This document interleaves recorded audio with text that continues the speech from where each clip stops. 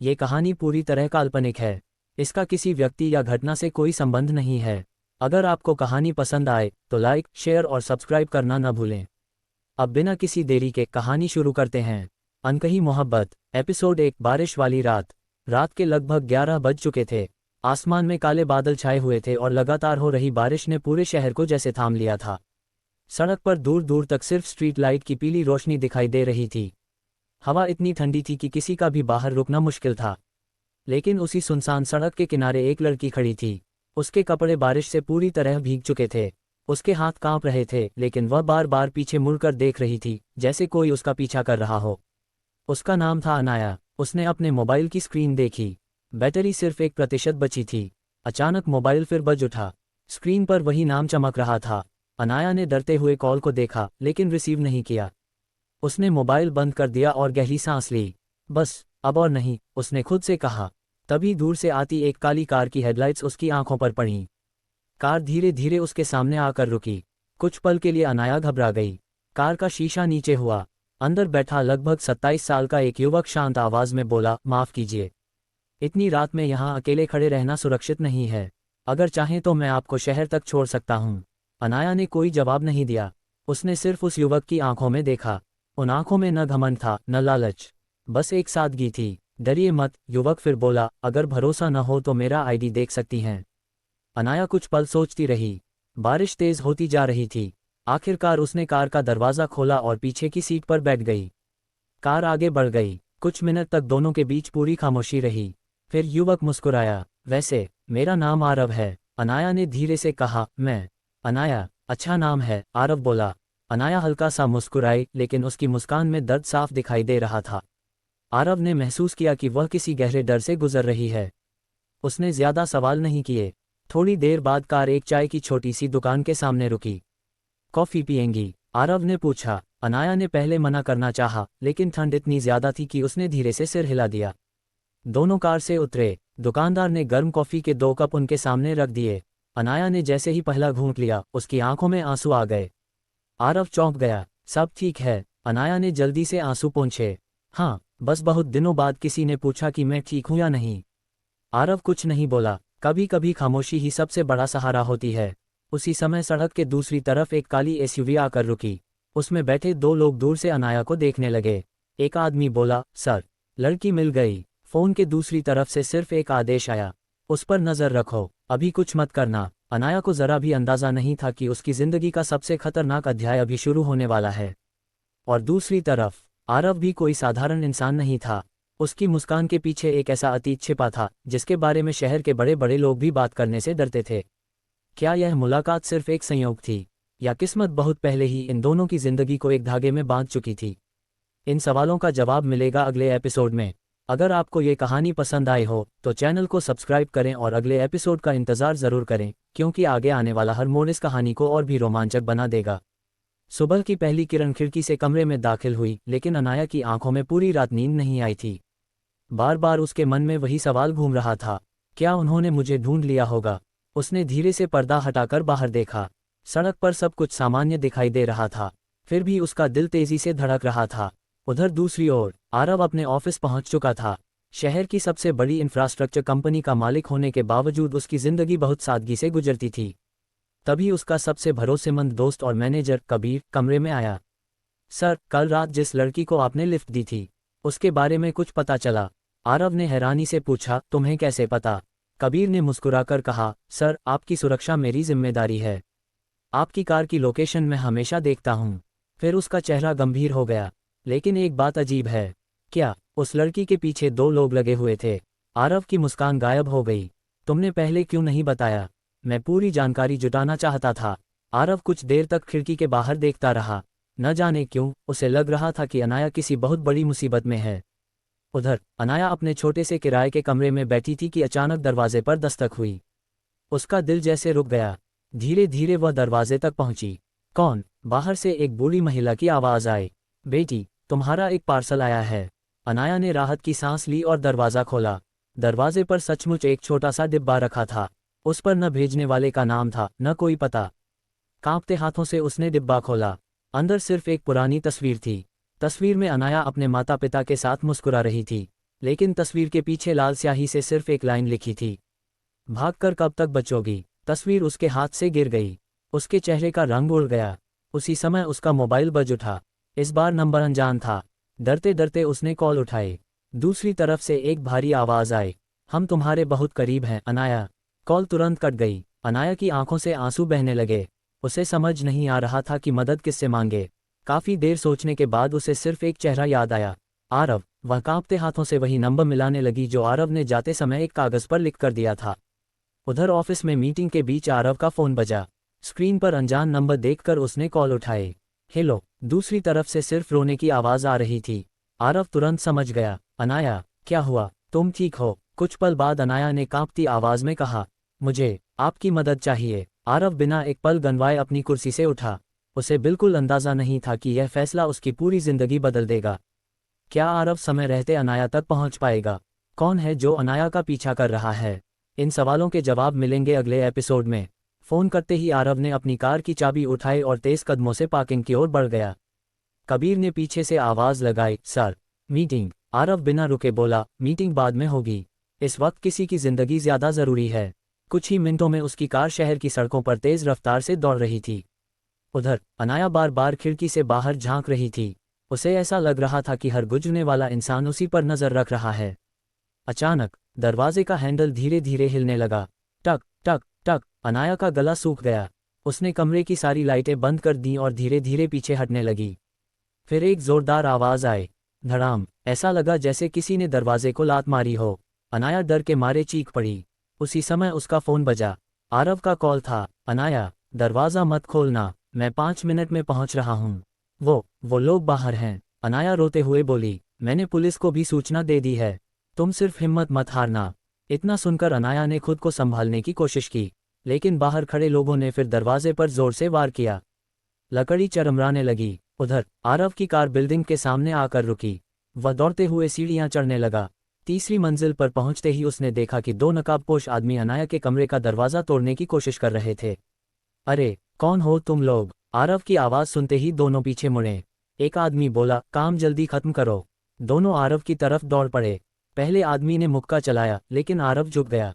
दूसरे ही पल उसने उसका हाथ पकड़कर उसे ज़मीन पर गिरा दिया। दूसरा आदमी लोहे की रॉड लेकर हमला करने आया। आरव पीछे हट गया। रॉड दीवार से टकराए। तेज आवाज़ पूरे गलियारे में गूंज उठी। इसी बीच नीचे से पुलिस की सायरन सुनाई देने लगी। दोनों हमलावर घबरा गए। भागो। वे सीढ़ियों की तरफ भागे और कुछ ही सेकंड में गायब हो गए। आरव तुरंत अनाया के कमरे में पहुंचा। अनाया एक कोने में बैठी कांप रही थी। उसे देखते ही वह रो पड़ी। आरव ने शांत स्वर में कहा, अब तुम सुरक्षित हो। अनाया ने पहली बार बिना डरे उसकी तरफ देखा। उसकी आंखों में डर तो था, लेकिन अब उस डर के साथ भरोसा भी था। कुछ देर बाद पुलिस कमरे की जांच कर रही थी। तभी एक अधिकारी को दरवाजे के पास एक छोटा सा चांदी का लॉकेट मिला। उस पर एक अजीब सा निशान बना था, एक काला बाज। पुलिस अधिकारी ने कहा, यह निशान कई पुराने अपराधों में मिला है। आरव ने वह लॉकेट हाथ में लिया। उसे देखते ही उसका चेहरा बदल गया। धीरे से उसके होंठों से निकला, नहीं, ये लोग फिर वापस आ गए। अनाया ने हैरानी से पूछा, आप इन्हें जानते हैं? आरव ने कोई जवाब नहीं दिया। उसकी आंखों में वर्षों पुराना दर्द लौट आया था। आखिर काला बाज कौन है और आरव का उससे क्या रिश्ता है? पुलिस अधिकारी के हाथ से लॉकेट लेते ही आरव की उंगलियां कांप उठीं। उसने उस काले बाज के निशान को ध्यान से देखा। वर्षों पुरानी यादें उसकी आंखों के सामने घूमने लगीं। वह याद जिसने उसकी पूरी जिंदगी बदल दी थी। कबीर ने धीरे से पूछा, सर, आप इस निशान को जानते हैं? आरव ने गहरी सांस ली। हाँ, और मैं चाहता था कि यह नाम दोबारा कभी मेरी जिंदगी में न आए। अनाया चुपचाप दोनों की बातें सुन रही थी। उसके मन में सैकड़ों सवाल थे। कुछ देर बाद पुलिस वहां से चली गई। आरव ने अनाया से कहा, अब तुम यहाँ नहीं रह सकती। जिन्होंने तुम्हें ढूंढ लिया है वे फिर आएंगे, लेकिन मैं जाऊंगी कहाँ? अनाया की आवाज़ कांप रही थी। मेरे साथ चलो। अनाया कुछ पल तक उसे देखती रही। वह जानती थी कि अब उसके पास कोई दूसरा रास्ता नहीं था। करीब आधे घंटे बाद दोनों शहर से थोड़ी दूर एक बड़े से बंगले के सामने पहुंचे। बंगले के चारों ओर ऊंची दीवारें थीं और सुरक्षा के कड़े इंतजाम थे। अनाया हैरान रह गई। आपने तो कहा था कि आप एक साधारण बिजनेसमैन हैं। आरव हल्का सा मुस्कुराया, मैंने झूठ नहीं कहा था, लेकिन पूरी सच्चाई भी नहीं बताई थी। जैसे ही दोनों अंदर पहुंचे, एक बुजुर्ग महिला ने दरवाज़ा खोला। बेटा, इतनी रात को? दादी, ये अनाया हैं, कुछ दिनों तक यहीं रहेंगी। बुजुर्ग महिला ने बिना कोई सवाल पूछे अनाया का हाथ थाम लिया। बेटी, ये घर अब तुम्हारा भी है।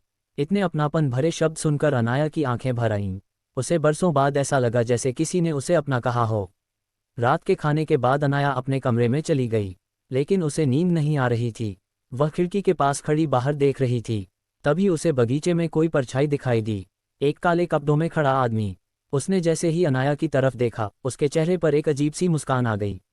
अनाया घबरा गई। वह तुरंत नीचे भागी। आरव, बाहर कोई है। आरव और कबीर तुरंत बाहर पहुंचे, लेकिन वहां कोई नहीं था। जमीन पर सिर्फ एक काला गुलाब पड़ा था। उस गुलाब के साथ एक छोटा सा कागज भी था। आरव ने कागज खोला। उसमें सिर्फ एक लाइन लिखी थी, खेल अभी शुरू हुआ है। आरव की मुट्ठियां कस गईं। उसने पहली बार महसूस किया कि दुश्मन सिर्फ अनाया का नहीं, अब उसका भी था। उधर शहर के दूसरे कोने में एक आलीशान हवेली के अंदर एक आदमी अंधेरे कमरे में बैठा था। उसके सामने बड़ी स्क्रीन पर आरव और अनाया की तस्वीरें दिखाई दे रही थीं। उसने धीमी आवाज में कहा, आरव, इस बार मैं तुमसे तुम्हारी सबसे कीमती चीज छीन लूंगा। कमरे में बैठे बाकी लोग खामोश थे। फिर उस आदमी ने अपनी कुर्सी घुमाई, लेकिन उसका चेहरा अब भी अंधेरे में छिपा हुआ था। कौन है ये रहस्यमयी दुश्मन, और आरव से उसकी इतनी पुरानी दुश्मनी क्यों है? जानने के लिए सुनिए अनकही मोहब्बत का अगला एपिसोड। सुबह की हल्की धूप बंगले के बड़े बड़े शीशों से होकर अंदर आ रही थी। बाहर बगीचे में पक्षियों की आवाज गूंज रही थी, लेकिन घर के अंदर एक अजीब सी खामोशी थी। अनाया पूरी रात सो नहीं पाई थी। उसके मन में बार बार वही काला गुलाब और वह संदेश घूम रहा था, खेल अभी शुरू हुआ है। वह धीरे धीरे सीढ़ियां उतरकर नीचे आए। रसोई से चाय की खुशबू आ रही थी। आरव की दादी मुस्कुराते हुए बोली, आओ बेटी, नाश्ता तैयार है। अनाया कई दिनों बाद किसी डाइनिंग टेबल पर बैठी थी। उसे याद भी नहीं था कि आखिरी बार उसने परिवार के साथ खाना कब खाया था। तभी आरव अंदर आया। उसने हल्की मुस्कान के साथ कहा, गुड मॉर्निंग। अनाया ने भी मुस्कुराकर जवाब दिया। शायद ये पहली बार था जब उसके चेहरे पर डर से ज्यादा सुकून दिखाई दे रहा था। नाश्ता करते हुए दादी ने मजाक में कहा, आरव बचपन से बहुत जिद्दी है, किसी की सुनता नहीं। अनाया हंस पड़ी। आरव ने मुस्कुराते हुए कहा, दादी, मेरी इज्जत का भी थोड़ा ध्यान रखिए। घर का माहौल कुछ देर के लिए बिल्कुल सामान्य हो गया, लेकिन ये सुकून ज्यादा देर टिकने वाला नहीं था। उसी समय कबीर तेजी से अंदर आया। सर, हमें तुरंत बात करनी होगी। आरव उसका चेहरा देखते ही समझ गया कि कोई बड़ी बात हुई है। दोनों स्टडी रूम में चले गए। कबीर ने लैपटॉप खोला। स्क्रीन पर एक पुरानी फाइल खुली। सर, मैंने उस काले बाज के निशान की जांच करवाई है। क्या पता चला? 5 साल पहले आपकी फैमिली पर हुए हमले में भी यही निशान मिला था। आरव कुछ पल के लिए बिल्कुल चुप हो गया। उसकी आंखों में दर्द साफ दिखाई दे रहा था। उसने धीरे से कहा, मतलब वे लोग सचमुच वापस आ गए हैं? कबीर ने सिर हिलाया, और इस बार उनका निशाना सिर्फ अनाया नहीं, आप भी हैं। उधर अनाया बगीचे में अकेली टहल रही थी। उसे नहीं पता था कि कुछ दूरी पर एक आदमी दूरबीन से उसी पर नजर रखे हुए है। उसने अपने फोन पर किसी को कॉल किया। बॉस, लड़की अब आरव के बंगले में है। फोन के दूसरी तरफ से धीमी आवाज आई, उसे वहीं रहने दो, हमें वही चाहिए था। लेकिन क्यों? क्योंकि अब आरव खुद हमारे जाल में आ चुका है। कॉल कट गया। शाम होते होते मौसम फिर बदल गया। तेज हवा चलने लगी। अनाया बालकनी में खड़ी बारिश को देख रही थी। आरव उसके पास आया। डर लग रहा है, अनाया ने कुछ पल बाद कहा। डर तो बहुत लगता है, लेकिन पता नहीं क्यों आपके साथ रहकर थोड़ा कम हो जाता है। आरव कुछ नहीं बोला, बस आसमान की तरफ देखने लगा। उसके मन में एक ही बात चल रही थी, अगर दुश्मनों ने अनाया को कुछ कर दिया तो वह खुद को कभी माफ नहीं कर पाएगा। उसी रात बंगले की बिजली अचानक चली गई। पूरा घर अंधेरे में डूब गया। दादी घबरा गईं। कबीर तुरंत सिक्योरिटी रूम की ओर भागा। तभी बाहर से गोली चलने की आवाज आई। नहाए, फिर दूसरी, नहाए। पूरा बंगला दहल उठा। आरव ने तुरंत अनाया का हाथ पकड़ा और कहा, नीचे झुको, कोई बंगले के अंदर घुस आया है। और ठीक उसी पल मुख्य दरवाजा जोरदार धमाके के साथ खुल गया। अंधेरे में किसी की भारी आवाज गूंजी, आरव, आज हिसाब बराबर होगा। कौन था वह आदमी? क्या आरव और अनाया इस हमले से बच पाएंगे? मुख्य दरवाजा धमाके के साथ खुल चुका था। पूरा बंगला अंधेरे में डूबा हुआ था। बाहर बिजली कड़क रही थी और तेज बारिश की आवाज पूरे माहौल को और भी डरावना बना रही थी। आरव ने तुरंत अनाया का हाथ पकड़कर उसे अपने पीछे कर लिया। जो भी हो, जब तक मैं जिंदा हूं तुम्हें कोई छू भी नहीं सकता। अनाया का दिल तेजी से धड़कने लगा। उसने पहली बार किसी की आवाज में अपने लिए इतना भरोसा महसूस किया था। उधर कबीर सिक्योरिटी रूम तक पहुंच चुका था। उसने कैमरों की स्क्रीन चालू की। एक एक करके सभी कैमरे ऑन होने लगे। पहले कैमरे में गेट दिखाई दिया, दूसरे में बगीचा, तीसरे में पार्किंग, लेकिन चौथे कैमरे की तस्वीर देखकर कबीर के चेहरे का रंग उड़ गया। लगभग 10 हथियारबंद लोग बंगले के अंदर घुस चुके थे। उनके चेहरों पर काले नकाब थे और सबकी जैकेट पर वही निशान बना था, कालाबाज। कबीर ने तुरंत इंटरकॉम उठाया। सर, वे लोग बहुत ज्यादा हैं। आपको अनाया को लेकर पीछे वाले रास्ते से निकलना होगा। आरव ने बिना देर किए अनाया का हाथ पकड़ा और बंगले के पीछे बने पुराने गलियारे की ओर दौड़ पड़ा। ये रास्ता बहुत कम लोगों को पता था। दादी को कबीर ने अपने साथ सुरक्षित कमरे में पहुंचा दिया। लेकिन तभी गलियारे के सामने 3 नकाबपोश आदमी आकर खड़े हो गए। उनके हाथों में हथियार थे। उनमें से एक हंसते हुए बोला, भागकर कहाँ जाओगे आरव? आरव ने अनाया से धीमी आवाज में कहा, जो भी हो, पीछे मुड़कर मत देखना। इतना कहकर वह उन लोगों की तरफ बढ़ गया। पहले आदमी ने हमला किया। आरव ने उसका हाथ पकड़कर उसे जमीन पर गिरा दिया। दूसरा आदमी लोहे की छड़ लेकर दौड़ा। आरव दीवार का सहारा लेकर एक तरफ हट गया। छड़ जोर से दीवार से टकराए। तीसरे आदमी ने पीछे से हमला करने की कोशिश की, लेकिन तभी कबीर वहां पहुंच गया। सर, मैं संभालता हूं। दोनों ने मिलकर हमलावरों को पीछे धकेल दिया। उसी बीच अनाया गलियारे से बाहर निकल गई। वह भागते भागते बंगले के पिछले बगीचे तक पहुंची। लेकिन अचानक उसके कदम रुक गए। उसके सामने एक लंबा आदमी खड़ा था, काला कोट, चेहरे पर काला मास्क और हाथ में वही काला गुलाब। उसने धीरे धीरे मास्क उतारा। अनाया की आंखें हैरानी से फैल गईं। उसके होंठ कांपने लगे। तुम? उस आदमी के चेहरे पर ठंडी मुस्कान थी। इतने साल बाद भी मुझे पहचान लिया? अनाया की आंखों से आंसू निकल आए। तुम तो मर चुके थे। वह आदमी हंसा। दुनिया के लिए मैं मर चुका हूं, लेकिन तुम्हारी जिंदगी बर्बाद करने के लिए मैं वापस आ गया हूं। उसी समय पीछे से आरव भी वहां पहुंच गया। उसने पहली बार उस आदमी का चेहरा देखा और अगले ही पल उसके मुंह से निकला, विक्रम। आरव की आंखों में गुस्सा साफ दिखाई दे रहा था। विक्रम मुस्कुराया। हाँ आरव, मैं वापस आ गया हूं। इस बार सिर्फ बदला लेने नहीं, इस बार तुम्हारी पूरी दुनिया छीनने आया हूं। बारिश और तेज हो चुकी थी। तीनों एक दूसरे के सामने खड़े थे और यहीं से शुरू होने वाली थी वह लड़ाई, जो सिर्फ दुश्मनी की नहीं, प्यार, विश्वास और अतीत के अधूरे हिसाब की लड़ाई थी। आखिर विक्रम कौन है? उसका आरव और अनाया से क्या रिश्ता है? और उसने अपनी मौत का नाटक क्यों किया था? इन सभी सवालों के जवाब मिलेंगे अगले एपिसोड में। बारिश लगातार हो रही थी। आसमान में बिजली चमकी और उसकी रोशनी में विक्रम का चेहरा साफ दिखाई दिया। अनाया की सांसें तेज हो चुकी थीं।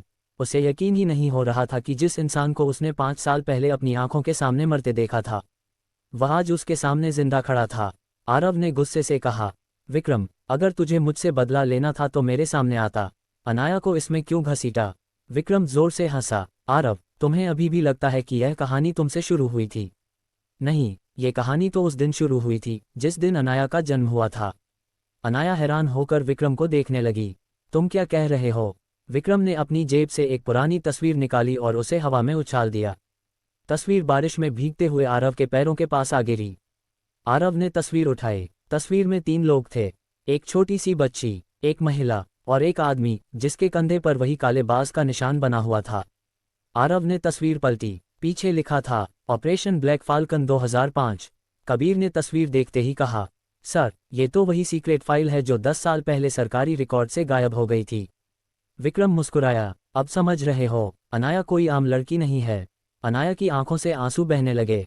झूठ, ये सब झूठ है। विक्रम उसकी ओर बढ़ा। सच सुनने की हिम्मत है। तुम्हारे पिता अपराधी नहीं थे, उन्हें धोखा दिया गया था। और जिस आदमी ने उन्हें मरवाया। विक्रम ने अपनी उंगली सीधे आरव की तरफ उठा दी। उद्धरण चिन्ह ... उसका रिश्ता इसी परिवार से है। ये सुनते ही अनाया ने अविश्वास से आरव की तरफ देखा। नहीं, ऐसा नहीं हो सकता। आरव खुद भी स्तब्ध था। उसे अपने पिता की बातें याद आने लगीं। कुछ अधूरी फाइलें, कुछ छिपे हुए नाम और एक ऐसा सच जिसे उसके परिवार ने कभी नहीं बताया। इसी बीच बंगले के बाहर पुलिस की गाड़ियों की आवाज सुनाई दी। सायरन लगातार बज रहे थे। विक्रम पीछे हटने लगा। जाते जाते उसने कहा, आरव, अगर सच जानना है तो पुराने बंद पड़े सूर्यगढ़ हवेली में आना। वहीं से इस कहानी की शुरुआत हुई थी और वहीं इसका अंत भी होगा। इतना कहकर उसने धुएं का एक बम फेंका। कुछ ही सेकंड में पूरा बगीचा धुएं से भर गया। जब धुआं छटा, विक्रम गायब था। सिर्फ भीगी हुई जमीन पर एक पुरानी चाबी पड़ी थी। उस चाबी पर खुदा हुआ था, कमरा नंबर 27। आरव ने चाबी उठाई। उसे महसूस हो रहा था कि अब तक जो कुछ भी उसने सच माना था, शायद वह सच था ही नहीं।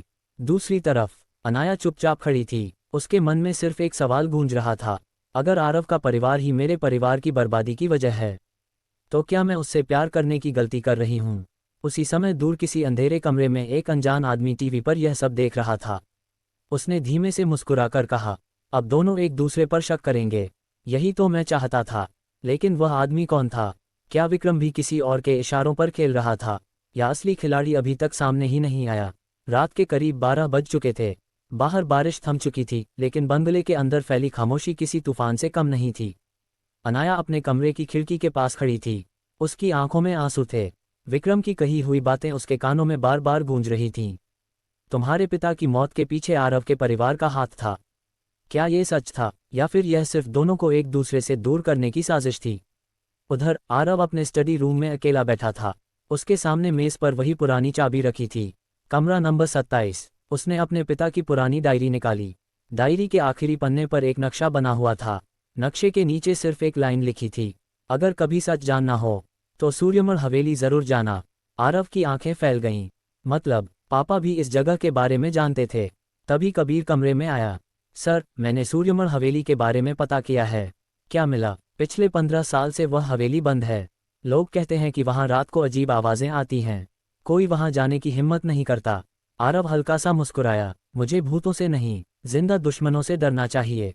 अगली सुबह आरव, अनाया और कबीर एक काली एसयूवी में सूर्यमल की ओर निकल पड़े। शहर पीछे छूटता गया। सड़कें सुनसान होती गईं। करीब 3 घंटे बाद उनकी गाड़ी एक विशाल जर्जर हवेली के सामने आकर रुकी। लोहे का बड़ा फाटक आधा टूटा हुआ था। हवेली की दीवारों पर बेलें चढ़ी थीं और हर तरफ सन्नाटा पसरा हुआ था। अनाया ने धीमी आवाज में कहा, यह जगह बहुत डरावनी है। आरव ने उसकी तरफ देखा। डर लगना गलत नहीं है, लेकिन डर के कारण सच से भागना गलत है।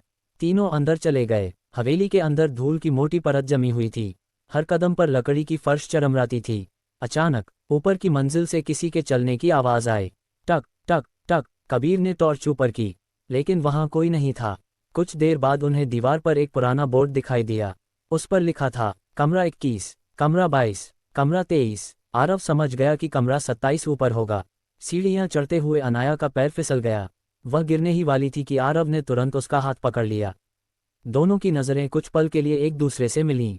अनाया ने धीरे से कहा, धन्यवाद। आरव मुस्कुराया, जब तक मैं साथ हूं, तुम्हें गिरने नहीं दूंगा। इतने में ऊपर की मंजिल पर पहुंचकर उन्हें आखिरकार एक पुराना दरवाजा दिखाई दिया। उस पर जंग लगी हुई प्लेट टंगी थी। कमरा नंबर 27। आरव ने अपनी जेब से वही चाबी निकाली। धीरे धीरे ताला खोला। दरवाजा चूं की आवाज के साथ खुला। कमरे के अंदर सब कुछ अंधेरे में डूबा हुआ था। कबीर ने टॉर्च जलाए। कमरे के बीचों बीच एक पुरानी लकड़ी की मेज रखी थी। उस पर एक मोटी फाइल और एक वीडियो कैसेट रखी थी। फाइल के ऊपर बड़े अक्षरों में लिखा था, सच्चाई सिर्फ बहादुर लोगों के लिए। आरव ने कांपते हाथों से फाइल उठाई। जैसे ही उसने पहला पन्ना खोला, उसका चेहरा सफेद पड़ गया। उसके होंठ कांपने लगे। नहीं, अनाया घबराकर बोली, क्या हुआ आरव? आरव ने धीरे धीरे फाइल उसकी ओर बढ़ाई। पहले पन्ने पर एक तस्वीर चिपकी थी। उस तस्वीर में आरव के पिता और अनाया के पिता एक दूसरे को गले लगाकर मुस्कुरा रहे थे। दोनों दुश्मन नहीं, सबसे अच्छे दोस्त थे। और ठीक उसी समय कमरे का दरवाजा अपने आप जोर से बंद हो गया। धड़ाम। पूरा कमरा अंधेरे में डूब गया। किसी अनजान व्यक्ति की आवाज चारों तरफ गूंजने लगी, सच जानने की कीमत जान देकर चुकानी पड़ती है। क्या कमरे में कोई और भी मौजूद है? आरव और अनाया के परिवारों के बीच असली दुश्मनी किसने पैदा की? और उस वीडियो कैसेट में ऐसा क्या है जो सब कुछ बदल देगा? कमरे का दरवाजा जोरदार आवाज के साथ बंद हो चुका था। अनाया डरकर आरव के बिल्कुल पास आ गई। कबीर ने तुरंत अपनी टॉर्च जलाई, लेकिन उसकी रोशनी भी बार बार टिमटिमा रही थी। पूरा कमरा अजीब सी खामोशी से भरा हुआ था। अचानक कमरे के कोने में रखा पुराना टीवी अपने आप चालू हो गया। स्क्रीन पर पहले सिर्फ सफ़ेद लकीरें दिखाई दीं, फिर धीरे धीरे एक धुंधली तस्वीर उभरने लगी। वीडियो में 2 लोग दिखाई दिए। एक थे आरव के पिता देवेंद्र सिंह, दूसरे थे अनाया के पिता अजय मल्होत्रा। दोनों एक पुराने ऑफिस में बैठे थे। देवेंद्र बोले, अगर हमें कुछ हो जाए तो इस रिकॉर्डिंग को सिर्फ हमारे बच्चों तक पहुंचाना। अनाया की आंखें नम हो गईं। वह स्क्रीन से नजर नहीं हटा पा रही थी। वीडियो आगे बढ़ा। अजय ने कहा, हमने कभी देश से गद्दारी नहीं की। हमने सिर्फ उस आदमी के खिलाफ सबूत इकट्ठा किए हैं जो पूरे देश में अपराध का सबसे बड़ा नेटवर्क चला रहा है। अगर यह वीडियो तुम देख रहे हो तो समझ लो कि वह आदमी अब भी जिंदा है। इतना कहते ही वीडियो अचानक रुक गया। स्क्रीन फिर काली हो गई। कबीर ने हैरानी से कहा, मतलब दोनों निर्दोष थे? आरव ने मुठ्ठियां भींच लीं। तो फिर उन्हें मरवाया किसने? उसी समय कमरे की दीवार में हल्की सी आवाज आई। घर्र। दीवार धीरे धीरे खिसकने लगी। उसके पीछे एक गुप्त कमरा था। तीनों सावधानी से अंदर गए। कमरे में चारों तरफ पुरानी फाइलें, नक्शे और कई लोहे के बक्से रखे हुए थे। बीच में एक बड़ी मेज थी। मेज पर पूरे भारत का नक्शा बना हुआ था। उस नक्शे पर कई शहरों पर लाल निशान लगे थे। दिल्ली, मुंबई, जयपुर, लखनऊ, और सबसे बड़ा निशान था मुंबई। कबीर ने एक फाइल उठाई। उस पर लिखा था प्रोजेक्ट फीनिक्स। आरव ने फाइल खोली। पहले ही पन्ने पर एक फोटो लगी थी।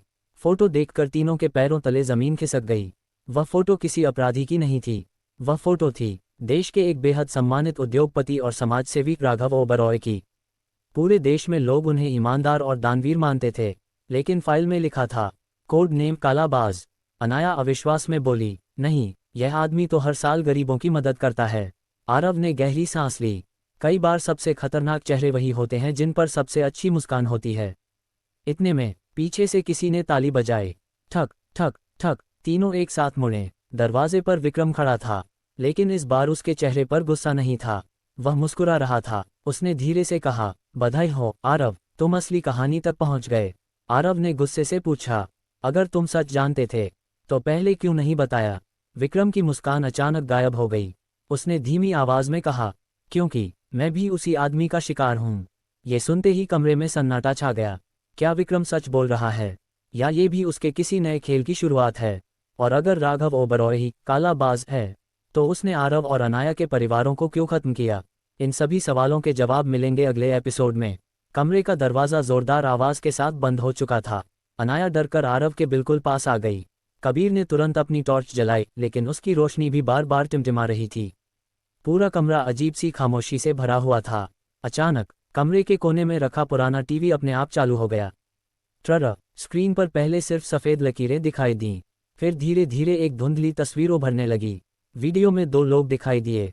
एक थे आरव के पिता देवेंद्र सिंह, दूसरे थे अनाया के पिता अजय मल्होत्रा। दोनों एक पुराने ऑफिस में बैठे थे। देवेंद्र बोले, अगर हमें कुछ हो जाए तो इस रिकॉर्डिंग को सिर्फ हमारे बच्चों तक पहुंचाना। अनाया की आंखें नम हो गईं। वह स्क्रीन से नजर नहीं हटा पा रही थी। वीडियो आगे बढ़ा। अजय ने कहा, हमने कभी देश से गद्दारी नहीं की। हमने सिर्फ उस आदमी के खिलाफ सबूत इकट्ठा किए हैं जो पूरे देश में अपराध का सबसे बड़ा नेटवर्क चला रहा है। अगर यह वीडियो तुम देख रहे हो तो समझ लो कि वह आदमी अब भी जिंदा है। इतना कहते ही वीडियो अचानक रुक गया। स्क्रीन फिर काली हो गई। कबीर ने हैरानी से कहा, मतलब दोनों निर्दोष थे? आरव ने मुठियां भींच लीं। तो फिर उन्हें मरवाया किसने? उसी समय कमरे की दीवार में हल्की सी आवाज आई।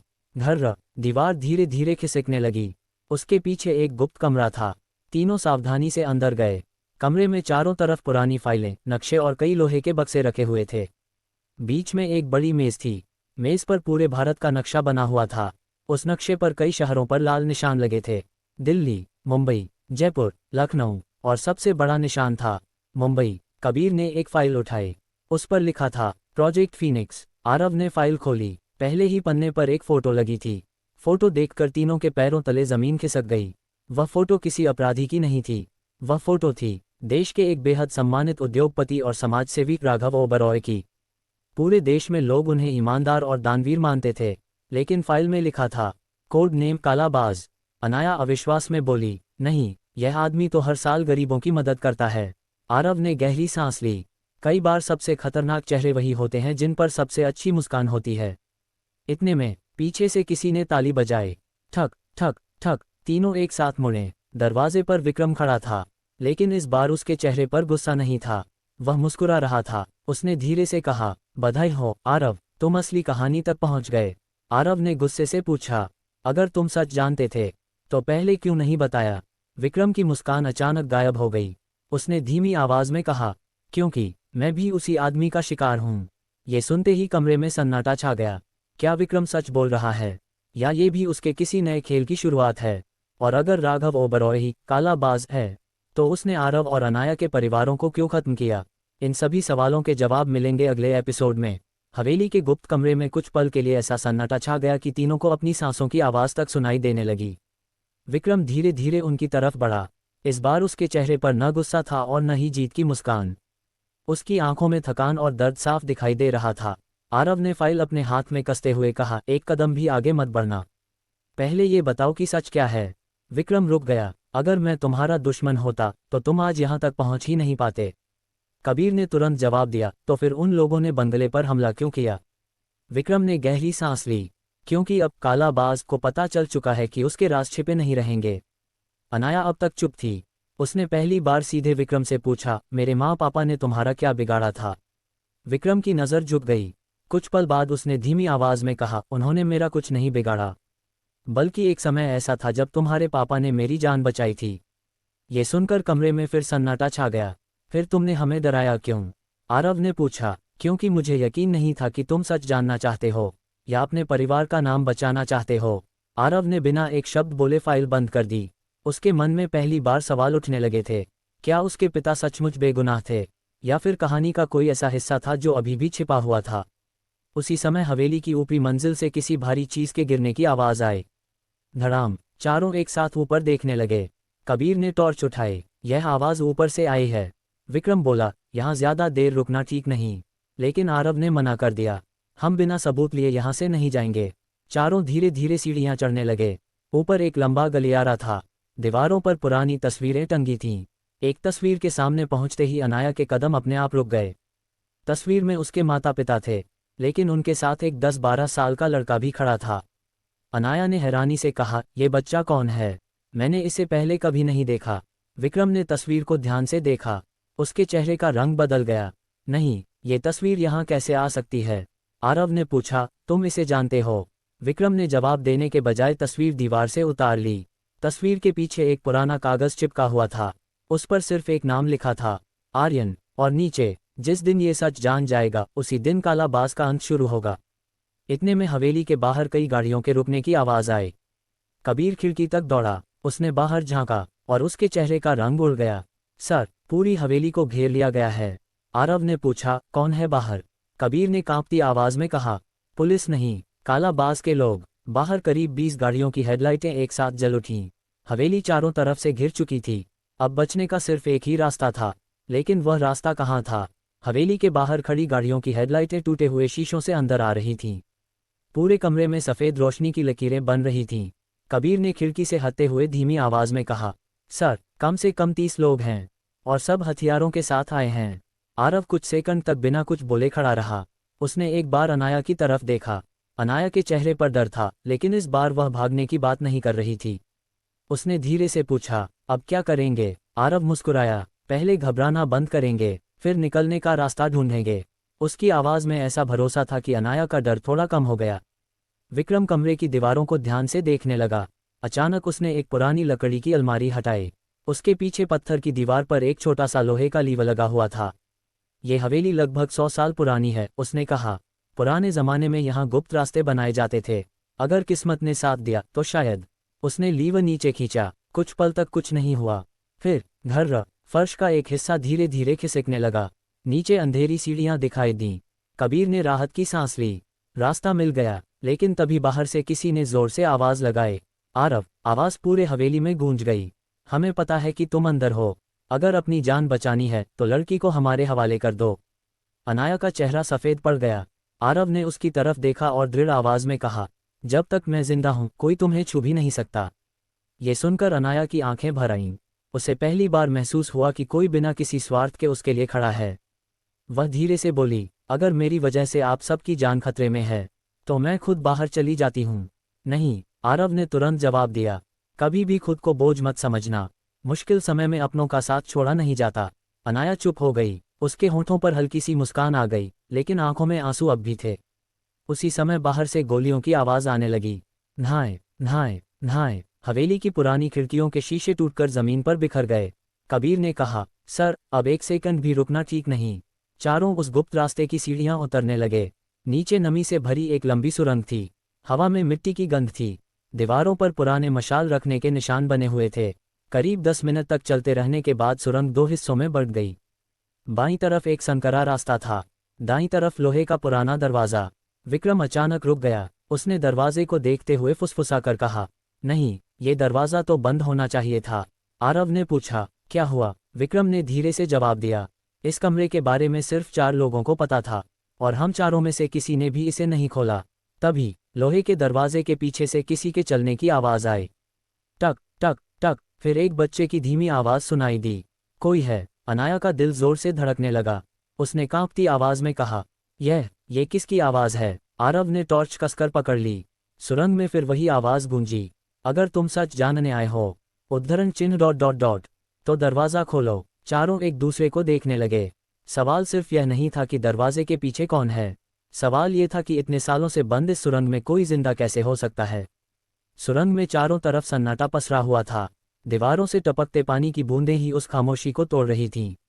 आरव ने टॉर्च की रोशनी लोहे के दरवाजे पर डाली। दरवाज़ा बहुत पुराना था, उस पर मोटी जंग लगी हुई थी, लेकिन एक बात अजीब थी, ताले पर धूल बिल्कुल नहीं थी, जैसे उसे कुछ समय पहले ही खोला और बंद किया गया हो। कबीर धीरे से बोला, सर, कोई यहाँ आता जाता रहा है। विक्रम ने सिर हिलाया, हाँ, और इसका मतलब है कि कालाबाज हमसे कई कदम आगे है। अचानक फिर वही आवाज़ आई, जल्दी करो, उनके आने से पहले। इस बार आवाज़ साफ थी। वह किसी छोटे बच्चे की नहीं, बल्कि लगभग 16-17 साल के लड़के की लग रही थी। अनाया ने डरते हुए पूछा, तुम कौन हो? कुछ पल तक कोई जवाब नहीं आया। फिर अंदर से धीमी आवाज़ सुनाई दी, मेरा नाम आर्यन है। ये नाम सुनते ही चारों के चेहरे बदल गए। आरव के हाथ से लगभग टॉर्च छूट गई। यही वही नाम था जो उन्हें हवेली की तस्वीर के पीछे लिखा मिला था। विक्रम ने तुरंत दरवाजे का ताला तोड़ने की कोशिश शुरू कर दी। कबीर भी उसकी मदद करने लगा। 2-3 जोरदार वार के बाद ताला टूट गया। दरवाज़ा धीरे धीरे खुला। कमरे के अंदर बहुत कम रोशनी थी। एक कोने में लगभग 17 साल का दुबला पतला लड़का बैठा था। उसके कपड़े पुराने थे, लेकिन उसकी आंखों में अजीब सी चमक थी। अनाया उसे देखते ही ठिठक गई। उस लड़के का चेहरा उसके पिता की पुरानी तस्वीर से बिल्कुल मिलता जुलता था। लड़का धीरे धीरे खड़ा हुआ। उसने सबसे पहले अनाया की तरफ देखा। उसकी आंखें भर आईं। दीदी, ये शब्द सुनते ही अनाया जैसे पत्थर की हो गई। तुमने क्या कहा? लड़का कांपती आवाज में बोला, दीदी, मैं आर्यन हूँ, मैं आपका छोटा भाई हूँ। ये सुनते ही अनाया की दुनिया जैसे थम गई। उसकी आंखों से आंसू अपने आप बहने लगे। नहीं, मेरा तो कोई भाई नहीं था, आर्यन हल्की मुस्कान के साथ बोला। आपको यही बताया गया था, लेकिन माँ पापा ने मुझे बचाने के लिए दुनिया से छिपा दिया था। कमरे में किसी के पास बोलने के लिए शब्द नहीं थे। अनाया धीरे धीरे उसके पास गई। उसने कांपते हाथों से आर्यन का चेहरा छुआ। उसे विश्वास नहीं हो रहा था कि बरसों से जिस परिवार को वह खो चुकी समझती थी, उसका एक हिस्सा आज उसके सामने खड़ा है। दोनों भाई बहन एक दूसरे से लिपट कर रो पड़े। आरव चुपचाप ये सब देख रहा था। उसके चेहरे पर भी हल्की मुस्कान थी। शायद इतने दिनों बाद पहली बार इस अंधेरे सफ़र में उम्मीद की एक किरण दिखाई दी थी। लेकिन ये खुशी ज्यादा देर नहीं टिक सकी। अचानक सुरंग में जोरदार धमाका हुआ। धड़ाम, ऊपर से मिट्टी और पत्थर गिरने लगे। कबीर ने घबराकर पीछे देखा। सर, किसी ने सुरंग का दूसरा रास्ता उड़ा दिया है। धुएं के बीच एक भारी आवाज गूंजी। बहुत भावुक मिलन हो गया। अब इसे हमेशा के लिए खत्म करने का समय आ गया है। आरव ने तुरंत अनाया और आर्यन को अपने पीछे कर लिया। धुएं के बीच धीरे धीरे एक काली परछाई उनकी तरफ बढ़ रही थी। लेकिन इस बार वह अकेला नहीं था। उसके पीछे कई हथियारबंद लोग भी थे। क्या आर्यन सचमुच अनाया का भाई है? क्या चारों इस सुरंग से जिंदा निकल पाएंगे? और आखिर कालाबाज खुद सामने क्यों आ गया है? धुएं से पूरी सुरंग भर चुकी थी। सांस लेना मुश्किल हो रहा था। आरव ने अपने रुमाल को पानी से भिगोकर अनाया के हाथ में दिया। इसे नाक पर रखो, गहरी सांस मत लेना। फिर उसने आर्यन की तरफ देखा। तुम मेरे पीछे रहना। आर्यन ने सिर हिलाया, लेकिन उसके चेहरे पर डर से ज्यादा गुस्सा था। धुएं के बीच से कई परछाइयां उनकी ओर बढ़ रही थीं। तभी ठक ठक ठक एक छड़ी की आवाज पूरे गलियारे में गूंजने लगी। बाकी हथियारबंद लोग एकदम रुक गए। उनके बीच से सफेद दाढ़ी वाला एक बुजुर्ग आदमी आगे आया। उसने काला कोट पहन रखा था और हाथ में चांदी की मूठ वाली छड़ी थी। उसकी आंखों में अजीब सी ठंडक थी।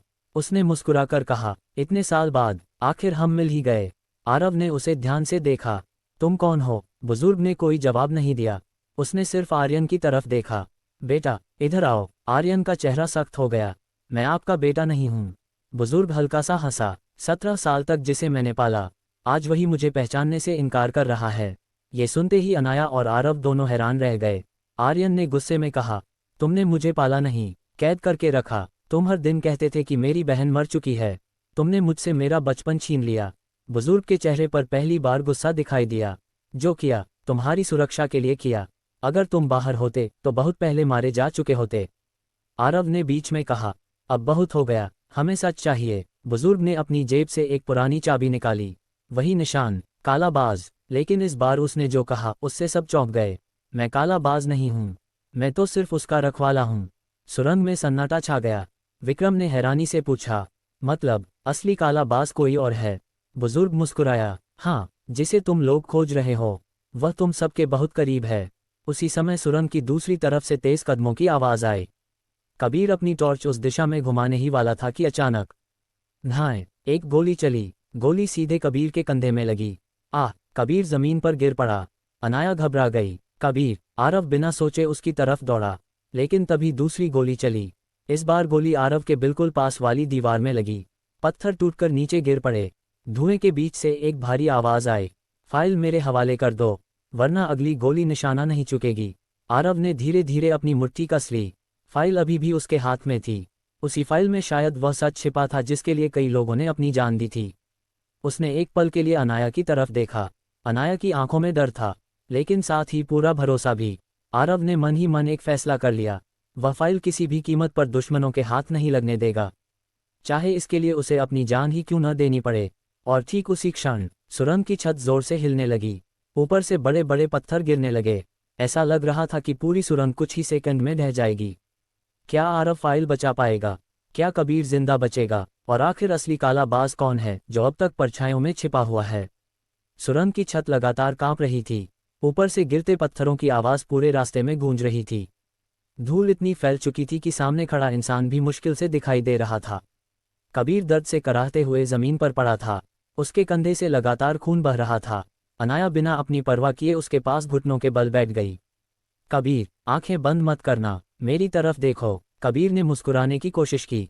आप हमेशा इतना घबरा जाती हैं क्या? अनाया की आंखों से आंसू निकल पड़े। तुम्हें मजाक सूझ रहा है? आरव भी उनके पास पहुंचा। उसने अपनी शर्ट का एक हिस्सा फाड़कर कबीर के कंधे पर कसकर बांध दिया ताकि खून कम बहे। दर्द होगा, कबीर ने दांत भींचकर कहा। दर्द से डरता होता तो आपका साथ कभी नहीं देता, सर। आरव ने उसका हाथ दबाया। दोनों की दोस्ती शब्दों की मोहताज नहीं थी। उधर धुएं के उस पार खड़ा बुजुर्ग आदमी धीरे धीरे पीछे हट रहा था। जाते जाते उसने कहा, आज नहीं, लेकिन बहुत जल्द तुम लोग खुद असली काला बाज के सामने खड़े होगे।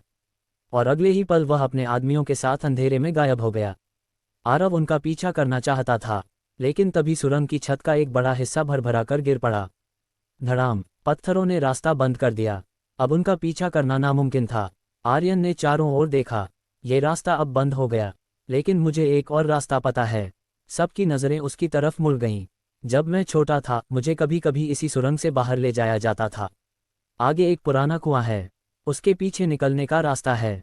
विक्रम ने आश्चर्य से पूछा, तुम्हें पूरा यकीन है? हाँ, मैंने भागने की बहुत कोशिश की थी, इसलिए हर मोड़ याद है। आरव ने बिना देर किए कहा। चलो। करीब 15 मिनट तक वे लोग सकरी सुरंग में चलते रहे। आखिरकार दूर से हल्की सी रोशनी दिखाई दी। सभी की सांसों में उम्मीद लौट आई। लेकिन जैसे ही वे बाहर निकले, वे किसी जंगल में नहीं बल्कि एक पुराने मंदिर के पीछे खड़े थे। मंदिर पूरी तरह सुनसान था। घंटी हवा से अपने आप हिल रही थी। अनाया ने चारों ओर देखा। ये जगह मैंने कहीं देखी है। आर्यन ने भी मंदिर की सीढ़ियों की ओर देखा। मुझे भी। उसी समय मंदिर के अंदर से एक बूढ़े पुजारी की आवाज आई, आ ही गए तुम लोग। चारों चौंककर उनकी ओर देखने लगे। पुजारी की उम्र लगभग 70 साल रही होगी। सफ़ेद दाढ़ी, शांत चेहरा और आंखों में अजीब सी गहराई। उन्होंने सीधे अनाया को देखकर कहा, बेटी, तुम्हारी माँ हर सोमवार यहीं पूजा करने आती थीं। अनाया के कदम वहीं रुक गए। आप मेरी माँ को जानते थे? पुजारी ने सिर हिलाया। सिर्फ जानता ही नहीं था, उन्होंने मरने से 3 दिन पहले मेरे पास एक अमानत छोड़ी थी। ये सुनते ही आरव की धड़कन तेज हो गई। कौन सी अमानत? पुजारी ने मंदिर के गर्भगृह की ओर इशारा किया। वह आज तक मैंने किसी को नहीं दी, क्योंकि उन्होंने कहा था जब मेरी बेटी अपने डर से लड़ना सीख जाए तभी उसे ये देना। अनाया की आंखों से आंसू बह निकले। बरसों बाद उसे ऐसा लगा जैसे उसकी माँ उससे बात कर रही हूँ। पुजारी धीरे धीरे मंदिर के अंदर गए। कुछ क्षण बाद वे एक छोटी सी पीतल की डिबिया लेकर लौटे। डिबिया पर वही निशान बना था, लेकिन इस बार वह काला बाज नहीं बल्कि उड़ता हुआ सफ़ेद कबूतर था। पुजारी ने डिबिया अनाया के हाथों में रख दी और कहा, इसमें सिर्फ एक चीज़ है, लेकिन वही चीज़ तय करेगी कि सच जीतेगा या झूठ। अनाया ने कांपते हाथों से डिबिया का ढक्कन खोलना शुरू किया, और उसी पल मंदिर के बाहर अचानक कई गाड़ियों के ब्रेक लगने की आवाज़ गूंजी। आरव तुरंत बाहर की ओर दौड़ा। उसने देखा, इस बार आने वाले लोग काला बाज के नहीं थे। उनकी गाड़ियों पर सरकारी निशान बना हुआ था। सबसे आगे एक महिला अधिकारी खड़ी थी। उसने आरव की तरफ देखते हुए कहा, मिस्टर आरव सिंह, अब यह मामला सिर्फ आपका नहीं रहा। भारत सरकार को भी इस खेल की जानकारी मिल चुकी है।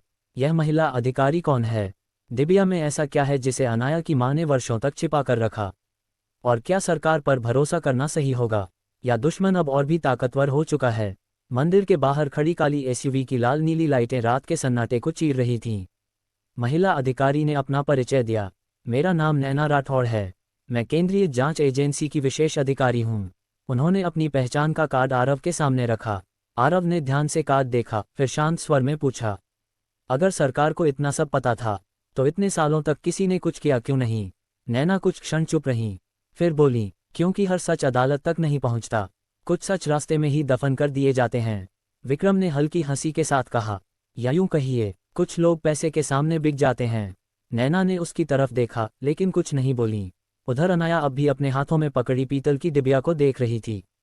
उसके हाथ कांप रहे थे। पुजारी ने प्यार से कहा, बेटी, इसे खोलो। अनाया ने धीरे धीरे ढक्कन उठाया। डिबिया के अंदर न कोई हीरा था, न कोई नक्शा, सिर्फ एक पुराना मोड़ा हुआ खत और एक छोटी सी चांदी की पायल। पायल देखते ही अनाया की आंखें भर आईं। ये तो माँ की पायल है। उसने कांपते हाथों से खत खोला। कागज पुराना हो चुका था लेकिन अक्षर अब भी साफ थे। ऊपर लिखा था, मेरी प्यारी अनाया। अनाया की सांस जैसे थम गई। वह धीरे धीरे पढ़ने लगी, अगर यह खत तुम्हारे हाथों तक पहुंचा है तो इसका मतलब है कि मैं तुम्हारे साथ नहीं हूं। बेटी, जिंदगी में सबसे मुश्किल काम नफरत से बचना होता है। लोग तुम्हें कई कहानियां सुनाएंगे।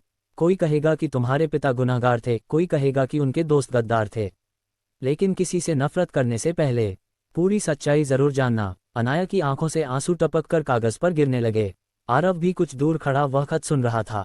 खत में आगे लिखा था, अगर कभी तुम्हारी मुलाकात देवेंद्र सिंह के बेटे से हो तो उससे डरना मत। उसके पिता ने आखिरी सांस तक हमारा साथ नहीं छोड़ा था। ये सुनते ही आरव की आंखें भी नम हो गईं। सालों से उसके दिल में जो बोझ था वह थोड़ा हल्का होने लगा। लेकिन खत की आखिरी पंक्ति ने सबको चौंका दिया। जिस आदमी से सबसे ज्यादा सावधान रहना, वह दुश्मन नहीं होगा, वह तुम्हारा सबसे बड़ा शुभचिंतक बनकर तुम्हारे सामने आएगा। खत यहीं खत्म हो गया। मंदिर में फिर सन्नाटा छा गया। आरव ने धीरे से कहा, मतलब असली दुश्मन अब भी हमारे बीच कहीं है। उसी समय नैना राठौड़ का फोन बजा। उन्होंने कॉल उठाई। कुछ सेकंड तक सिर्फ सुनती रहीं, फिर उनका चेहरा बदल गया। क्या? उन्होंने तुरंत फोन काटा। हमें अभी इसी वक्त यहाँ से निकलना होगा। आरव ने पूछा, क्या हुआ? नैना ने गहरी सांस ली। तुम्हारे बंगले पर हमला हुआ है। कबीर घबरा गया। दादी, नैना ने सिर झुका लिया। अभी उनकी हालत के बारे में पूरी जानकारी नहीं है। एक पल के लिए आरव की दुनिया जैसे रुक गई। उसने बिना कुछ कहे कार की तरफ दौड़ लगा दी। अनाया भी उसके पीछे भागी। बारिश फिर से शुरू हो चुकी थी। कारें तेज रफ्तार से शहर की ओर दौड़ने लगीं, लेकिन किसी को पता नहीं था कि मंदिर की छत पर खड़ा एक नकाबपोश आदमी दूरबीन से उन सबको देख रहा था। उसने अपने कान में लगे ईयरपीस में धीमे से कहा, पहला चरण पूरा हुआ, अब आरव खुद हमारे जाल में आएगा। उसकी आवाज़ सुनते ही दूसरी तरफ से सिर्फ एक शब्द सुनाई दिया, शुरू करो। क्या आरव समय रहते अपनी दादी तक पहुंच पाएगा? माँ के खत में जिस शुभचिंतक का जिक्र था, क्या वही सबसे बड़ा गद्दार है? और अब दुश्मन का अगला निशाना कौन होगा? रात के लगभग 2 बज चुके थे। आरव की एसयूवी सुनसान हाईवे पर तेज रफ्तार से दौड़ रही थी। बाहर लगातार बारिश हो रही थी। वाइपर बार बार शीशे पर गिरती बूंदों को हटाने की कोशिश कर रहे थे, लेकिन आरव की नज़रें सड़क पर नहीं, अपनी दादी की यादों में खोई हुई थीं। बचपन से लेकर आज तक जब भी वह हार मानने लगता, दादी का एक ही वाक्य उसे फिर से खड़ा कर देता था, मुश्किलें इंसान को तोड़ने नहीं, मजबूत बनाने आती हैं। अनाया ने धीरे से उसकी तरफ देखा। उसने पहली बार आरव की आंखों में डर देखा था। बिना कुछ कहे उसने धीरे से अपना हाथ आरव के हाथ पर रख दिया। आरव ने उसकी तरफ देखा। दोनों कुछ नहीं बोले, लेकिन उस एक पल में दोनों ने एक दूसरे का दर्द समझ लिया। पीछे वाली सीट पर कबीर बैठा था। उसके कंधे पर पट्टी बंधी थी, लेकिन उसकी नज़र लगातार लैपटॉप की स्क्रीन पर थी। सर, हमारे बंगले के सभी कैमरे बंद कर दिए गए हैं। किसी ने पूरा सिक्योरिटी सिस्टम हैक कर दिया है। आरव ने गहरी सांस ली। इसका मतलब हमले की पूरी तैयारी पहले से थी। करीब 40 मिनट बाद गाड़ी बंगले के बाहर पहुंची। मुख्य गेट खुला हुआ था। गार्ड की कुर्सी खाली पड़ी थी। पूरा परिसर असामान्य रूप से शांत था। आरव तेजी से अंदर भागा। ड्राइंग रूम अस्त व्यस्त था। कांच के टूटे हुए टुकड़े फर्श पर बिखरे थे। दीवार पर गोलियों के निशान थे। लेकिन सबसे ज्यादा डराने वाली बात थी, दादी कहीं दिखाई नहीं दे रही थीं। दादी, आरव की आवाज़ पूरे बंगले में गूंज गई। कोई जवाब नहीं आया। अनाया की नज़र फर्श पर पड़ी एक ऊनी शॉल पर गई। उसने उसे उठाया। ये तो दादी की है। आरव ने शॉल अपने हाथ में ली और उसकी आंखें भर आईं। तभी रसोई की तरफ से किसी के खांसने की आवाज़ आई। सब लोग उधर दौड़े। रसोई के कोने में घर के पुराने नौकर रामू काका घायल अवस्था में पड़े थे। कबीर और आरव ने उन्हें संभालकर बैठाया। रामू काका ने मुश्किल से आंखें खोलीं। बेटा, वे लोग मालकिन को ले गए। आरव का चेहरा सफ़ेद पड़ गया। कौन ले गया? रामू काका ने कांपते हुए अपनी जेब से एक मुड़ा हुआ कागज़ निकाला। यह छोड़ गए हैं। आरव ने कागज़ खोला। उस पर सिर्फ 3 लाइनें लिखी थीं। अगर अपनी दादी को जिंदा देखना चाहते हो तो कल रात ठीक 9 बजे पुराने बंद पड़े सूर्य स्टील प्लांट में अकेले आना। नीचे सिर्फ एक निशान बना था, कालाबाज। अनाया ने घबराकर कहा, नहीं आरव, ये जाल है। कबीर ने भी सिर हिलाया। सर, अकेले जाना मतलब खुद को उनके हवाले करना है। आरव कुछ देर तक चुप रहा। उसने धीरे से वह कागज़ मोड़ा और जेब में रख लिया। फिर शांत आवाज़ में बोला, अगर मेरी जगह दादी होती तो क्या मुझे छोड़ देती? किसी के पास जवाब नहीं था। उसी समय रामू काका ने बहुत धीमी आवाज़ में कहा, बेटा, मालकिन ने जाते जाते एक बात कही थी। आरव तुरंत उनके पास झुक गया। क्या कहा था? रामू काका की आंखों से आंसू बह निकले। उन्होंने कांपती आवाज़ में कहा, उन्होंने कहा, आरव से कहना तहखाने में रखा नीला संदूक खोल ले। इतना कहते ही रामू काका बेहोश हो गए। पूरा कमरा एक बार फिर खामोश हो गया। आरव ने अनाया की तरफ देखा। तहखाने में नीला संदूक। उसे याद आया, बचपन में दादी हमेशा तहखाने का दरवाज़ा बंद रखती थीं और कहती थीं, इस कमरे का ताला तब खुलेगा जब सच तुम्हारे दरवाजे तक आ जाएगा। अब वही समय आ चुका था। लेकिन उस नीले संदूक के अंदर ऐसा क्या था जिसके बारे में दादी ने कभी किसी को नहीं बताया? रात के 3:30 बज रहे थे। पूरा बंगला खामोश था। बाहर बारिश रुक चुकी थी, लेकिन हवा में अब भी ठंडक थी। ड्राइंग रूम की टूटी खिड़की से आती हवा पुराने पर्दों को धीरे धीरे हिला रही थी। आरव सीढ़ियों के सामने कुछ पल चुप खड़ा रहा। उसकी नज़र उस पुराने दरवाजे पर टिक गई जो तहखाने की ओर जाता था। बचपन में वह कई बार उस दरवाजे तक आया था। हर बार दादी मुस्कुरा कर कहती थीं, कुछ दरवाजे सही समय आने पर ही खुलते हैं बेटा। आज वही समय सामने खड़ा था। आरव ने अपनी जेब से पुरानी चाबियों का गुच्छा निकाला। तीसरी चाबी ताले में लगी। टक, ताला खुल गया। दरवाज़ा धीरे धीरे चरमराया। नीचे जाती सीढ़ियों पर धूल जमी हुई थी। ऐसा लग रहा था कि वर्षों से कोई वहां नहीं आया। कबीर ने टॉर्च जलाए। अनाया धीरे धीरे आरव के पीछे चल रही थी। सीढ़ियां खत्म होते ही एक छोटा सा कमरा दिखाई दिया। दीवारों पर पुराने लकड़ी के रैक थे। कुछ पुराने संदूक, किताबें और तस्वीरें धूल में ढकी पड़ी थीं। कमरे के बिल्कुल बीच में एक नीला लोहे का संदूक रखा था। उस पर सुनहरे अक्षरों में सिर्फ एक नाम लिखा था, देवेंद्र सिंह, यानी आरव के पिता। आरव कुछ पल तक उसे देखता रहा। उसने धीरे से हाथ बढ़ाकर संदूक पर जमी धूल साफ की। अनाया ने धीमे स्वर में पूछा, खोलोगे नहीं? आरव ने गहरी सांस ली। डर लग रहा है, अगर इसके अंदर ऐसा सच हुआ जिसने मेरी पूरी दुनिया बदल दी तो। अनाया ने उसकी तरफ देखा। सच चाहे जैसा भी हो, उसे जान लेना झूठ में जीने से हमेशा बेहतर होता है। आरव ने हल्की सी मुस्कान दी। उसने ताला खोला। संदूक का ढक्कन धीरे धीरे ऊपर उठा। अंदर बहुत सारी पुरानी फाइलें नहीं थीं। सिर्फ 3 चीज़ें थीं, एक पुरानी डायरी, एक चांदी की जेब घड़ी और एक वीडियो पेन ड्राइव। डायरी के ऊपर एक छोटा सा लिफाफा रखा था। उस पर लिखा था, मेरे बेटे आरव के लिए। आरव के हाथ कांपने लगे। उसने लिफाफा खोला। अंदर उसके पिता की लिखावट में एक छोटा सा पत्र था, बेटा, अगर तुम ये पढ़ रहे हो तो इसका मतलब है कि मैं तुम्हारे साथ नहीं हूँ। जिंदगी में मैंने बहुत दुश्मन बनाए, लेकिन कभी किसी बेगुनाह से दुश्मनी नहीं की। अगर कोई तुम्हें मेरे बारे में बुरा कहे तो मेरी सफाई मत देना। बस सच ढूंढना। सच ही मेरा सबसे बड़ा गवाह है। और एक बात, जिस इंसान पर तुम सबसे ज्यादा भरोसा करते हो उसकी हर बात पर आंख बंद करके विश्वास मत करना। आरव ने पढ़ना बंद कर दिया। उसके मन में कई चेहरे घूमने लगे। कबीर, विक्रम, नैना या फिर कोई और। पत्र के नीचे एक आखिरी लाइन लिखी थी, पेन ड्राइव तभी देखना जब तुम्हें लगे कि अब लौटने का कोई रास्ता नहीं बचा। कमरे में फिर सन्नाटा छा गया। उसी समय ऊपर से दरवाज़ा बंद होने की आवाज़ आई। धड़ाम। चारों चौंक गए। कबीर तुरंत सीढ़ियों की तरफ दौड़ा, लेकिन दरवाज़ा बाहर से बंद किया जा चुका था। तभी तहखाने के पुराने स्पीकर से किसी की आवाज़ गूंजी, आरव, तुम हमेशा सच के एक कदम करीब पहुंच जाते हो, लेकिन हर बार बहुत देर कर देते हो। आवाज़ बदल कर रखी गई थी।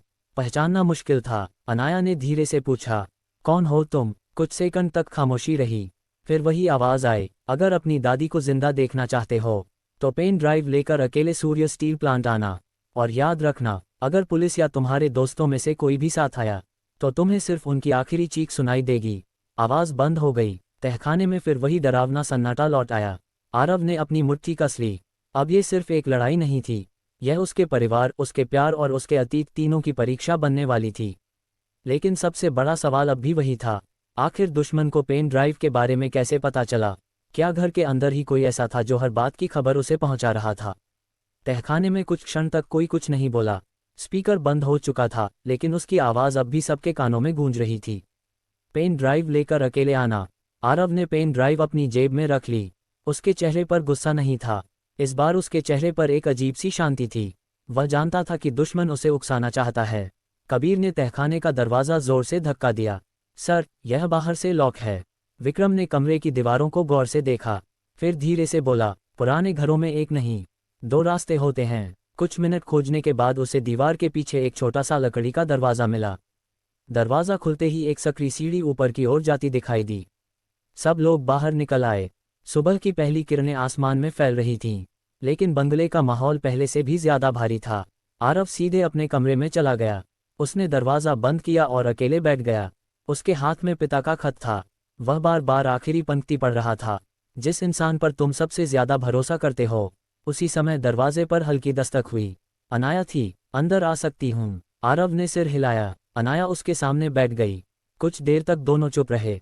फिर अनाया ने धीरे से कहा, तुम्हें पता है, जब मैं छोटी थी, माँ कहा करती थी कि डर इंसान को अकेला कर देता है, और अकेला इंसान अक्सर गलत फैसले लेता है। आरव हल्का सा मुस्कुराया। तुम कहना क्या चाहती हो? यही कि यह लड़ाई सिर्फ तुम्हारी नहीं है।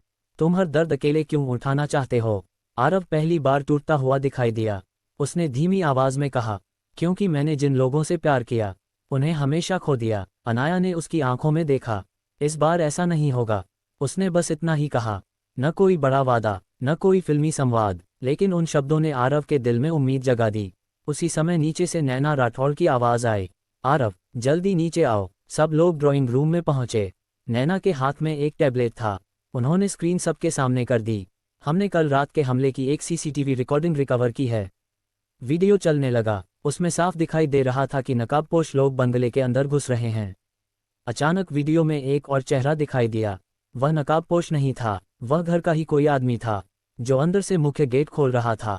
कबीर आगे बढ़ा। जूम कीजिए। नैना ने वीडियो बड़ा किया। चेहरा साफ हुआ। सबकी सांसें रुक गईं। वह रामू काका थे, वही रामू काका, जो बरसों से इस घर का हिस्सा थे। अनाया ने अविश्वास से कहा, नहीं, यह नहीं हो सकता। आरव कुछ नहीं बोला। उसकी आंखों में दर्द था। जिस इंसान ने बचपन से उसे गोद में खिलाया, क्या वही गद्दार हो सकता था? लेकिन तभी नैना ने वीडियो आगे बढ़ाया। अगले 10 सेकंड में कुछ ऐसा दिखाई दिया जिसने पूरी कहानी बदल दी। रामू काका गेट खोलने के तुरंत बाद नकाबपोशों में से एक आदमी ने उन्हें जोर से धक्का दिया, फिर उनके सिर पर बंदूक तान दी। नैना ने वीडियो रोक दिया।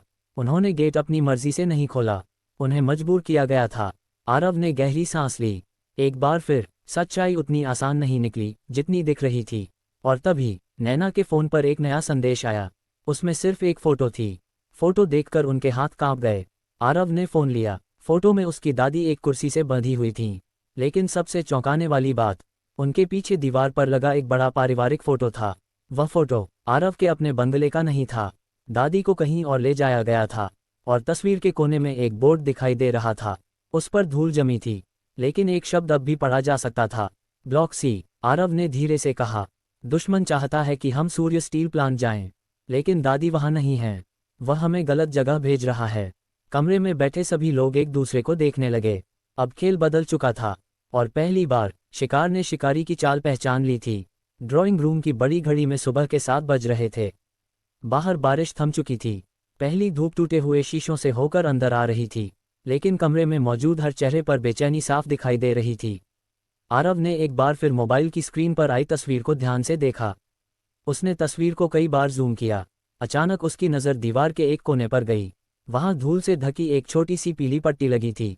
उसने धीरे से कहा, नैना, इस हिस्से को और बड़ा करो। नैना ने तस्वीर को जूम किया। इस बार पट्टी पर कुछ अक्षर साफ दिखाई देने लगे, C12। कबीर ने तुरंत लैपटॉप खोला।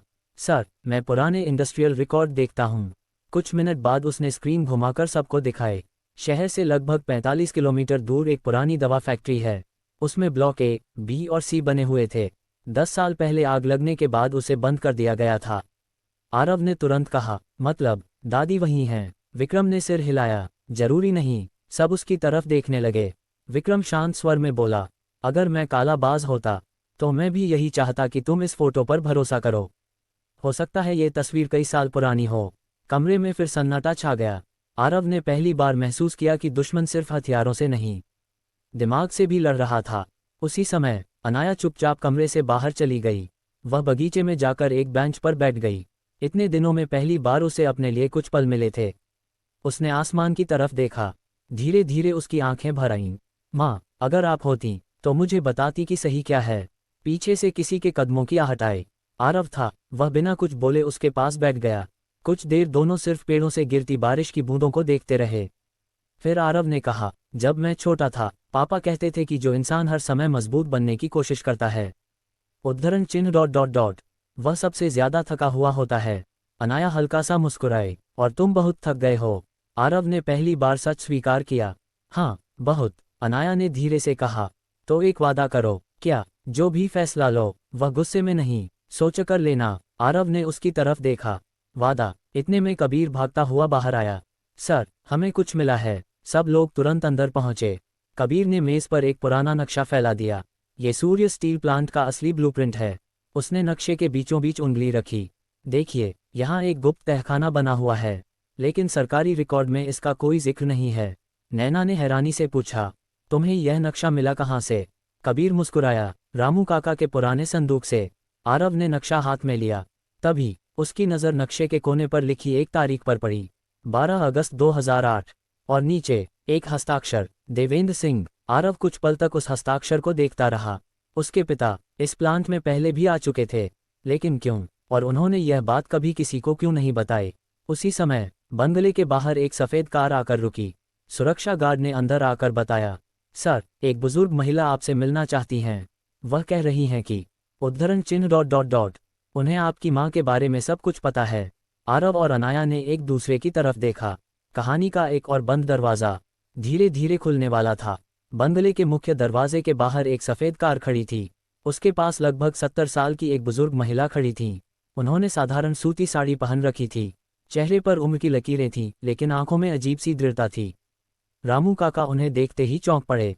सर, इन्हें अंदर आने दीजिए। आरव ने पूछा, आप इन्हें जानते हैं? रामू काका ने धीमी आवाज में कहा, हाँ, ये सरस्वती माँ हैं। आपके पिताजी इन्हें अपनी बड़ी बहन की तरह मानते थे। ये सुनते ही कमरे में बैठे सभी लोग एक दूसरे को देखने लगे। सरस्वती माँ धीरे धीरे अंदर आईं। उन्होंने सबसे पहले आरव के सिर पर हाथ रखा। बिल्कुल अपने पिता जैसा हो गया है। आरव की आंखें नम हो गईं। वह बचपन से उन्हें कभी नहीं मिला था, फिर भी उनके शब्दों में अपनापन था। कुछ देर बाद सभी लोग लाइब्रेरी में बैठ गए। सरस्वती माँ ने कमरे की दीवार पर लगी देवेंद्र सिंह की तस्वीर को देखा और गहरी सांस ली। इतने साल हो गए, लेकिन उस दिन की हर बात आज भी याद है। आरव ने सीधे पूछा, मुझे सच जानना है, मेरे पिताजी कौन थे? क्या उनका अनाया के परिवार से कोई रिश्ता था? सरस्वती माँ ने बिना जल्दबाजी किए पानी का एक घूंट पिया। फिर बोली, तुम्हारे पिता और अनाया के पिता दोस्त नहीं, भाई थे? अनाया ने हैरानी से पूछा। सगे भाई नहीं, लेकिन खून से भी गहरा रिश्ता था। दोनों ने एक ही अनाथालय में बचपन बिताया था। कमरे में सन्नाटा छा गया। सरस्वती माँ ने आगे कहा, बड़े होकर दोनों ने एक दूसरे से वादा किया था कि चाहे कुछ भी हो जाए, कभी अलग नहीं होंगे।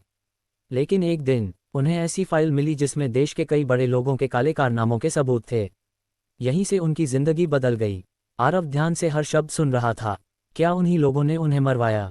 सरस्वती माँ ने सिर झुका लिया। उन्होंने कोशिश की, लेकिन पूरी कहानी उससे भी ज्यादा दर्दनाक है। उन्होंने अपने पास से एक पुरानी तस्वीर निकाली। तस्वीर में देवेंद्र सिंह, अजय मल्होत्रा और एक तीसरा आदमी साथ खड़े मुस्कुरा रहे थे। तीसरे आदमी का चेहरा देखते ही विक्रम अपनी कुर्सी से खड़ा हो गया। यह, उसकी आवाज़ कांप गई, यह मेरे पिता हैं। कमरे में बैठे सभी लोग एक साथ उसकी ओर देखने लगे। विक्रम ने तस्वीर अपने हाथ में ली। उसकी आंखों में आंसू आ गए। मुझे तो हमेशा बताया गया कि मेरे पिता एक सड़क दुर्घटना में मारे गए थे। सरस्वती माँ ने धीरे से कहा, नहीं बेटा, तुम्हारे पिता की भी हत्या हुई थी, क्योंकि उन्होंने भी वही सच देख लिया था। अब पहली बार तीनों परिवार एक ही कहानी से जुड़े दिखाई दे रहे थे। उसी समय नैना राठौड़ का फ़ोन बजा। उन्होंने कॉल उठाई, सिर्फ 5 सेकंड तक सुना, फिर उनका चेहरा गंभीर हो गया। क्या? पक्का? उन्होंने फ़ोन काटा और आरव की तरफ देखा।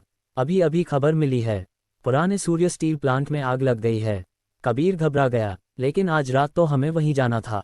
नैना ने सिर हिलाया, आग अभी लगी है, और सबसे अजीब बात, फायर ब्रिगेड को अंदर जाने से रोका जा रहा है। आरव समझ गया, दुश्मन सबूत मिटा रहा था। उसने बिना एक पल गनवाए अपनी जैकेट उठाई। हम अभी निकल रहे हैं। अनाया ने उसका हाथ पकड़ लिया। ये जाल भी हो सकता है, आरव ने उसकी आंखों में देखते हुए कहा।